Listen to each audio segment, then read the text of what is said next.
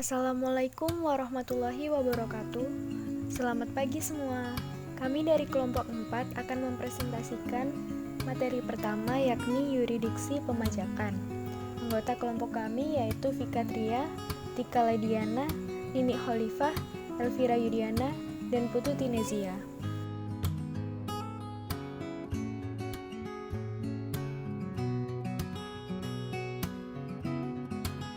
Pokok pembahasan yang pertama adalah mengenai domisili fiskal.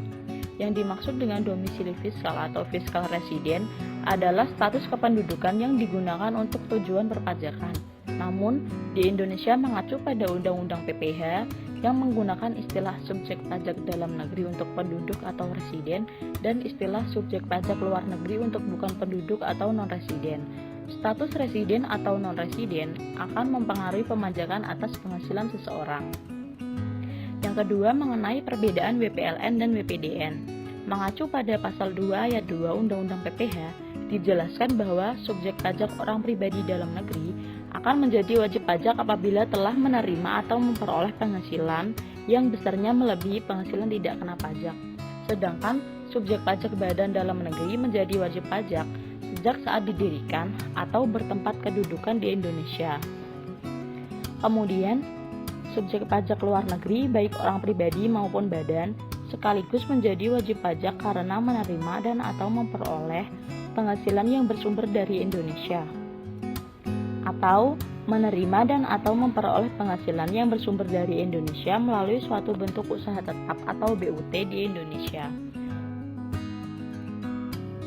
Selanjutnya di poin C ada dasar pengenaan pajak bagi wajib pajak luar negeri. Yang pertama ada penghasilan neto, kedua penghasilan kena pajak, ketiga penghasilan bruto, keempat penghasilan tidak kena pajak, dan yang kelima jumlah peredaran bruto.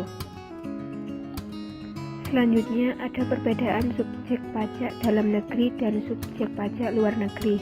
Penjelasan pasal 2 ayat 2 Undang-Undang Pajak Penghasilan menyebutkan bahwa perbedaannya terletak dalam pemenuhan kewajiban pajaknya, antara lain yaitu subjek pajak dalam negeri dikenai pajak atas penghasilan baik yang diterima atau diperoleh dari Indonesia maupun dari luar Indonesia, sedangkan subjek pajak luar negeri dikenai pajak hanya atas penghasilan yang berasal dari sumber penghasilan di Indonesia. Yang selanjutnya yaitu subjek pajak dalam negeri dikenai pajak berdasarkan penghasilan neto dengan tarif umum, sedangkan subjek pajak luar negeri dikenai pajak berdasarkan penghasilan bruto dengan tarif pajak sepadan. Selanjutnya yaitu subjek pajak dalam negeri wajib menyampaikan surat pemberitahuan tahunan pajak penghasilan sebagai sarana untuk menetapkan pajak yang terutang dalam suatu tahun pajak, sedangkan subjek pajak luar negeri tidak wajib menyampaikan SPT PPH karena kewajiban pajaknya dipenuhi melalui pemotongan pajak yang bersifat final. Dan bagi subjek pajak luar negeri yang menjalankan usaha atau melakukan kegiatan melalui BUT di Indonesia, pemenuhan kewajiban perpajakannya dipersamakan dengan pemenuhan kewajiban perpajakan subjek pajak badan dalam negeri sebagaimana diatur dalam Undang-Undang Pajak Penghasilan dan Undang-Undang yang mengatur mengenai ketentuan umum dan tata cara perpajakan. Saya Tika Lediana akan menjelaskan poin B yang tidak termasuk subjek pajak. Menurut pasal 3 ayat 1 Undang-Undang Nomor 36 Tahun 2008 tentang pajak penghasilan, yang tidak termasuk subjek pajak adalah A. Kantor perwakilan negara asing, contohnya kedutaan besar. Yang kedua, pejabat-pejabat perwakilan diplomatik dan konsulat atau pejabat-pejabat lain dari negara asing dan orang-orang yang diperbantukan kepada mereka yang bekerja pada dan bertempat tinggal bersama-sama mereka dengan syarat bukan warga negara Indonesia dan di Indonesia tidak menerima atau memperoleh penghasilan di luar jabatan atau pekerjaannya tersebut, serta negara bersangkutan memberikan perlakuan timbal balik.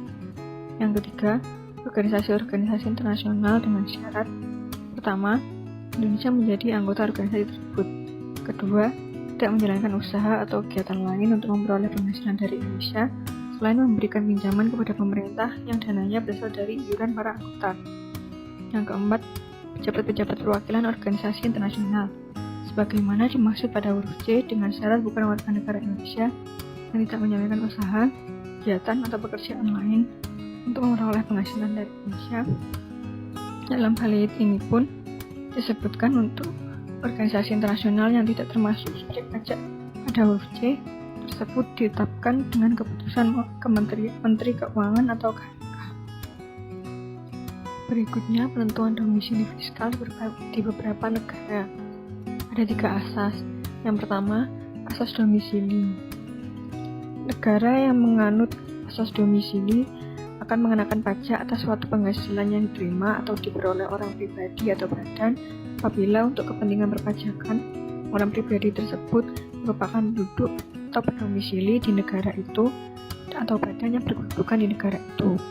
Yang kedua, asas sumber. Negara yang menganut asas sumber akan mengenakan pajak atas suatu penghasilan yang diterima atau diperoleh orang pribadi atau badan hanya apabila penghasilannya akan dikenakan pajak itu diperoleh atau diterima oleh orang pribadi atau badan yang bersangkutan dari suatu negara.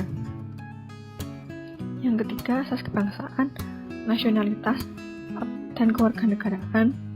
Dalam asas ini, yang menjadi landasan pengenaan pajak adalah status kewarganegaraan dari orang atau badan yang memperoleh penghasilan. Subbab selanjutnya adalah surat keterangan domisili. Surat keterangan domisili atau yang biasa disingkat dengan SKD merupakan surat pernyataan dari pejabat yang berwenang sebagai bukti bahwa pendatang telah melapor dan memiliki tempat tinggal yang tetap. SKD juga biasanya dibutuhkan oleh perusahaan sebagai syarat dokumen untuk pengurusan pajak dan perizinan. Dapat diketahui bahwa surat domisili bukan berbentuk seperti KTP ya, melainkan berupa secari kertas. Dalam surat domisili tertulis keterangan dan data diri lengkap seseorang yang dicap oleh pejabat yang berwenang.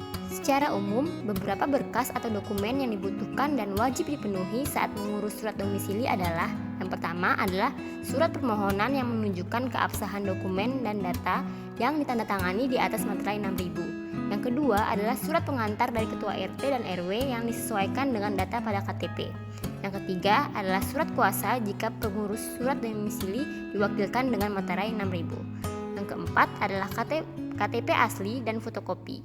Yang kelima, kartu keluarga asli dan fotokopi. Dan yang keenam adalah pas foto berukuran 3x4. Sebagai informasi, 1 kali pengurusan surat domisili memiliki masa aktif selama 6 bulan. Berikut ini tahapan dan prosedur permohonan surat keterangan domisili. Yang pertama, datang ke rumah ketua RT setempat untuk mendapatkan surat pengantar, lalu bawa ke ketua RW untuk ditandatangani. Yang kedua, setelah mendapatkan surat pengantar dari RT dan RW, datanglah ke kantor kelurahan dengan membawa KTP, KK, akta kelahiran, pas foto, dan surat kuasa apabila diwakilkan. Yang ketiga, jangan lupa kamu harus mengajukan surat permohonan kepada pihak kelurahan yang dibubuhi materai 6000. Yang keempat, apabila dokumen sudah lengkap dan benar, petugas akan melakukan verifikasi keabsahan berkas. Yang kelima adalah setelah diverifikasi, surat keterangan domisili akan segera diterbitkan dengan stempel resmi dari kantor kelurahan. Dan yang terakhir, surat domisili asli akan menjadi milik si pemohon dan fotokopi akan menjadi arsip bagi kelurahan.